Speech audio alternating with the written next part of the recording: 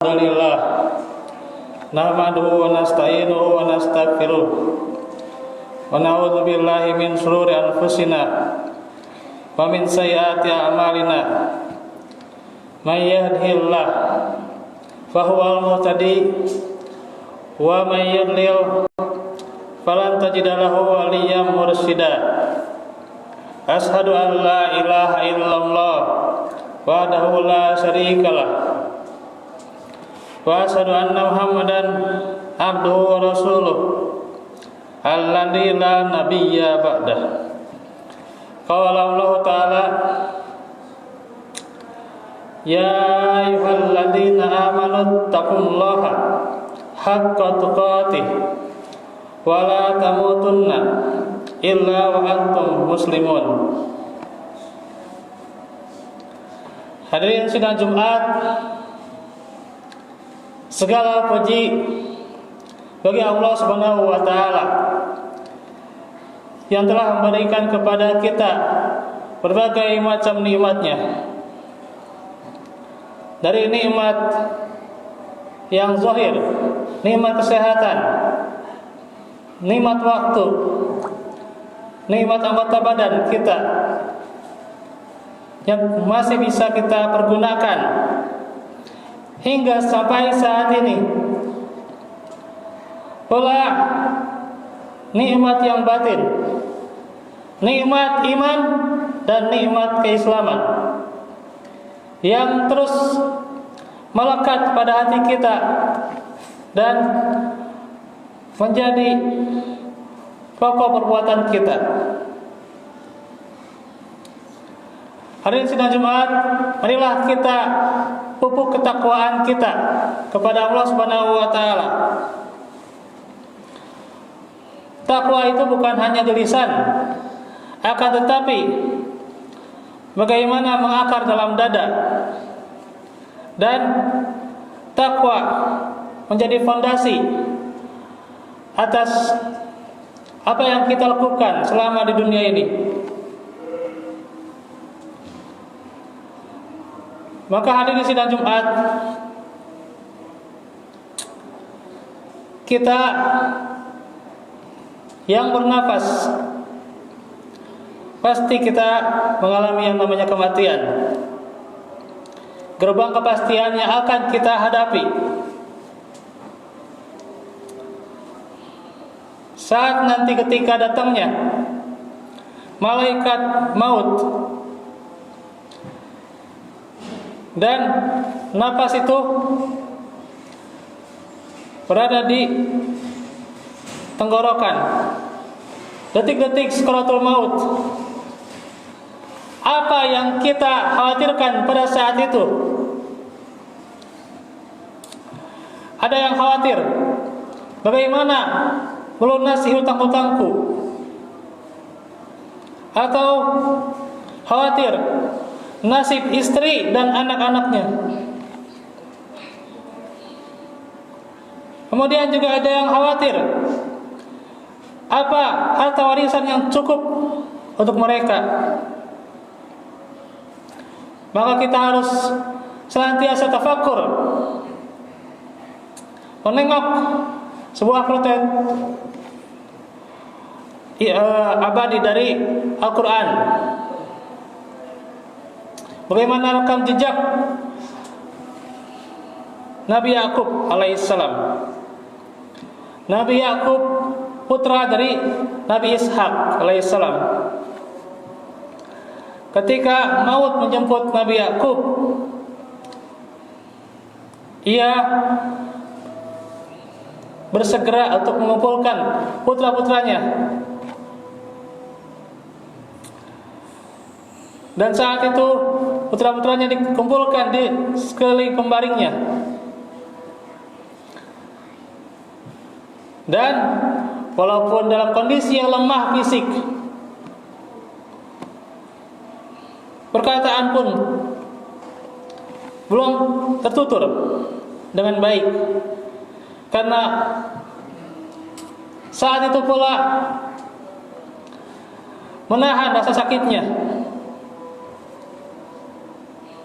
Namun beliau Yang cemaskan adalah bagaimana akidah dan ibadah putra-putranya. Bukan karena harta, bukan karena warisan, bukan karena rumah, bukan karena prestasi masa depan, tapi apa? Akidah dan ibadah putra-putranya. Bagaimana nanti? Maka Allah mengabadikan momen itu dalam surah Al-Baqarah ayat 133. Am kuntum syuhada idh hadara Ya'qub al-maut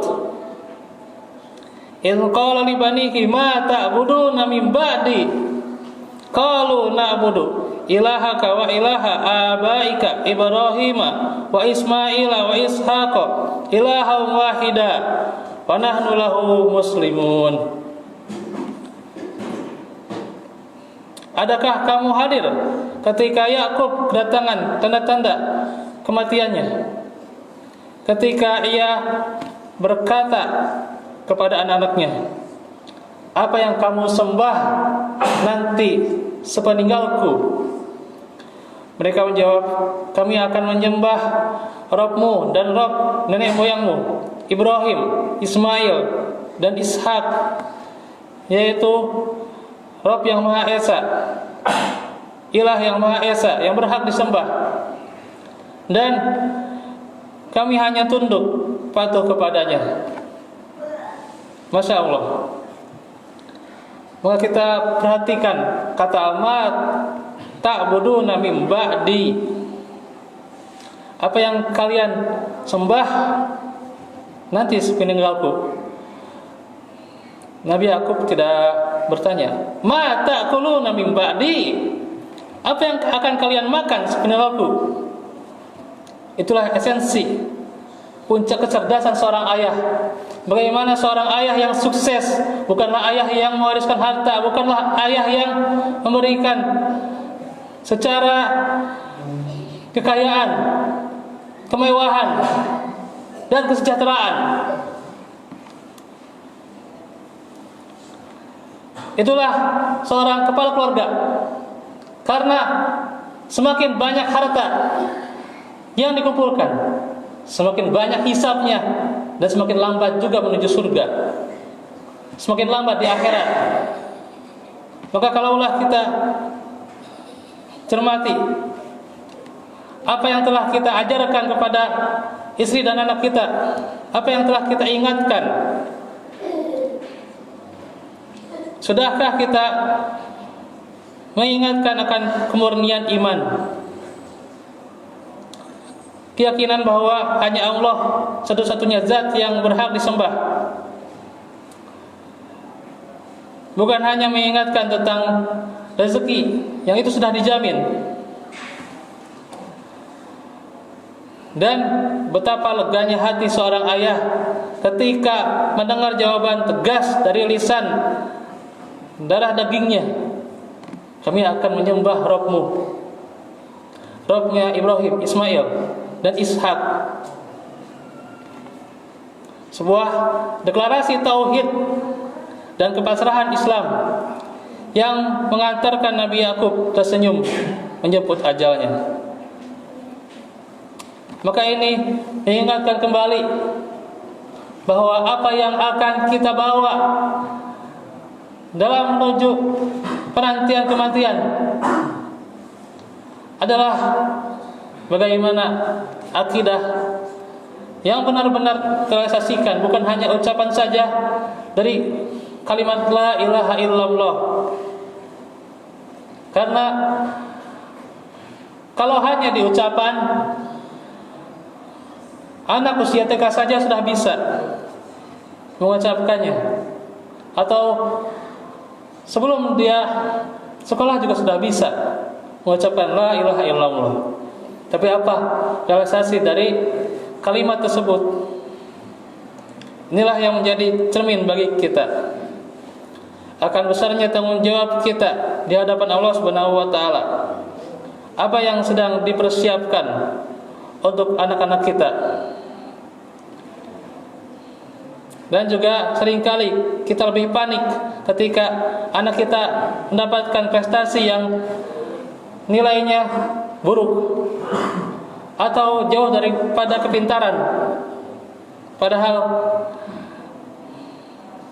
kita kadang lupa, anak-anak kita misalnya ada di antara kita yang meninggalkan sholat subuh atau terlambat bangun pagi. Kita rela membayar jutaan, puluhan juta atau ratusan juta hanya kita dengan bimbingan belajar yang terbaik hingga masuk universitas yang didam-idamkan, tapi enggan meluangkan waktu setengah atau sejam saja untuk mengajarkan Al-Quran atau mengenalkan kepada mereka sifat-sifat Allah. Maka inilah yang menjadi pengingat kita. Semoga kita mendapatkan petunjuk. Barakallahu wa lakum.